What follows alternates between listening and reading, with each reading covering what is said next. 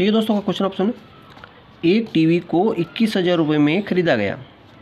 कितने में ख़रीदा गया? 21,000 रुपये में। ठीक है, अब वो क्या हुआ कि 1 वर्ष बाद उसके जो कीमत में 5% का अवमूल्यन हो गया।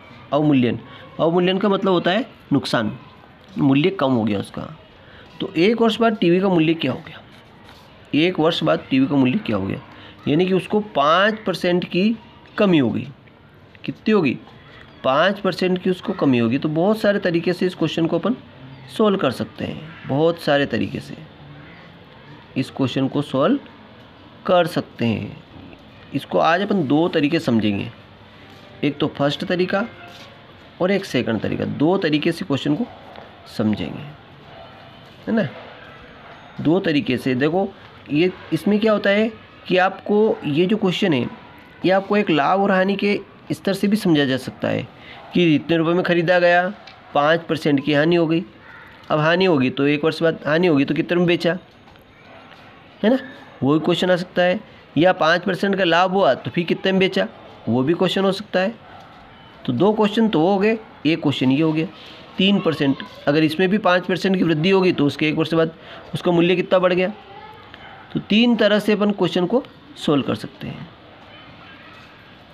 तो देखिए, सबसे पहले चलेंगे अपन यहाँ पे परसेंट की, यहाँ पे 5% का अवमूल्यन। देखो, यानी कि 5% का अवमूल्यन। तो 5% 5 के नीचे क्या आएगा अपना? 100 आ जाएगा। 5 से काटेंगे तो 5 दूनी कितना आएगा? 10। यानी कि अपने पास क्या बचेगा? 1/20 बचेगा। अब दोस्तों देखो, अगर बढ़ता है तो 1 को जोड़िए, 20 पर 1 कम हो रहा है, 1 रुपया कम हो रहा है। 20 पर 1 रुपया कम हो रहा है, कम हो तो घटाएंगे और अधिक होगा तो जोड़ेंगे। इसी तरह हानि होगी तो घटेगा और लाभ होगा तो जुड़ेगा। सीधी सी बात, समझ में आ गया आपको। तो अब यहाँ पे कह रहा है अवमूल्यन। अवमूल्यन मतलब घट रहा है, तो घट रहा है। 20 पर 1 घटेगा तो कितना रुपये, उसका विक्रय मूल्य कितना हो जाएगा? 19 रुपये हो जाएगा। कितना हो जाएगा? 19 हो जाएगा, बिल्कुल ठीक है ना। 1 रुपया घटेगा तो 19 रुपये हो जाएगा, 19 में बेचेगा फिर वो। अब यहाँ पे ये जो वस्तु है, ये ध्यान रखना, ये खरीदी मूल्य है तो यहाँ लिखें, इसके बराबर में लिखें और यहाँ गुणा करें। अगर ये विक्रय मूल्य है तो यहाँ लिखें और यहाँ गुणा करें। तो 20 में तो खरीदा उसने, 19 में बेचा, है ना। ये बात तो आपको पता पड़ गई कि 20 में खरीदा और 19 में बेचा।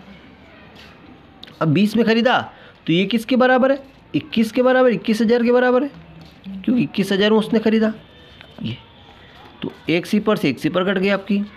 2 का इसमें भाग लगाएंगे तो 2 एकम 2, 1 में गया तो 0, है ना। 2 पंजे 10 और 0, 1050। इसी 1050 का अब यहाँ पे गुणा कर दो, 1050 का यहाँ पे गुणा कर दें तो 19 का गुणा 0 में 0, 19 पंजे 95 और 19 से कम 19, 19,550 रुपये, 19,950 रुपये, 19,950 रुपये। ये अपना राइट आंसर हो गया। डी ऑप्शन अपना आंसर मिल गया। एक तरीका तो ये होता है। दूसरा तरीका जो आपको बता रहा हूँ वो देखिए आप। दूसरा तरीका क्या है? 5% का लॉस हो रहा, ठीक है। अब 5%, इसका 5% निकालो, 21,000। देखो 21,000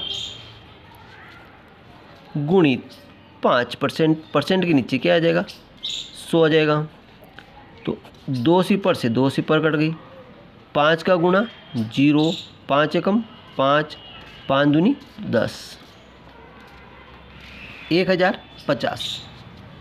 कितना है? 1050।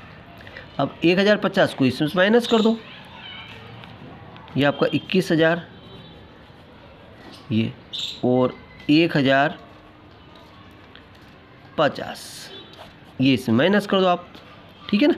क्योंकि इतना नुकसान हो रहा है उसको, इतना नुकसान हो रहा, तो इसमें से इतना नुकसान, तो 0, 10 में से 5 गए तो 5, यहाँ बच गए 9 बच गए। फिर यहाँ 1 उधर दे दिया तो 10 में से 1 गया तो 9 और यहाँ 1, 19,950। ये आ गया आपका 19,950, ये आपका 19,950। तो एक तरीका ये हो गया, एक तरीका ये हो गया। 2 तरीके से आप इस क्वेश्चन को सोल्व कर सकते हैं। अगर यहाँ पे आपको बढ़ता है तो जोड़ दीजिए और घटता है तो इसमें से घटा दीजिए, है ना। घटता है तो घटा दीजिए और बढ़ता है तो जोड़ दीजिए। तो एक ही क्वेश्चन को हम दो तरीके से सोल्व कर लिया। तो कौन सा ऑप्शन राइट हुआ? 19,950 रुपये, 19,950 रुपये। ठीक है, तो ये अपना राइट आंसर हो गया। आई होप कि समझ में आ गया होगा। थैंक यू दोस्तों।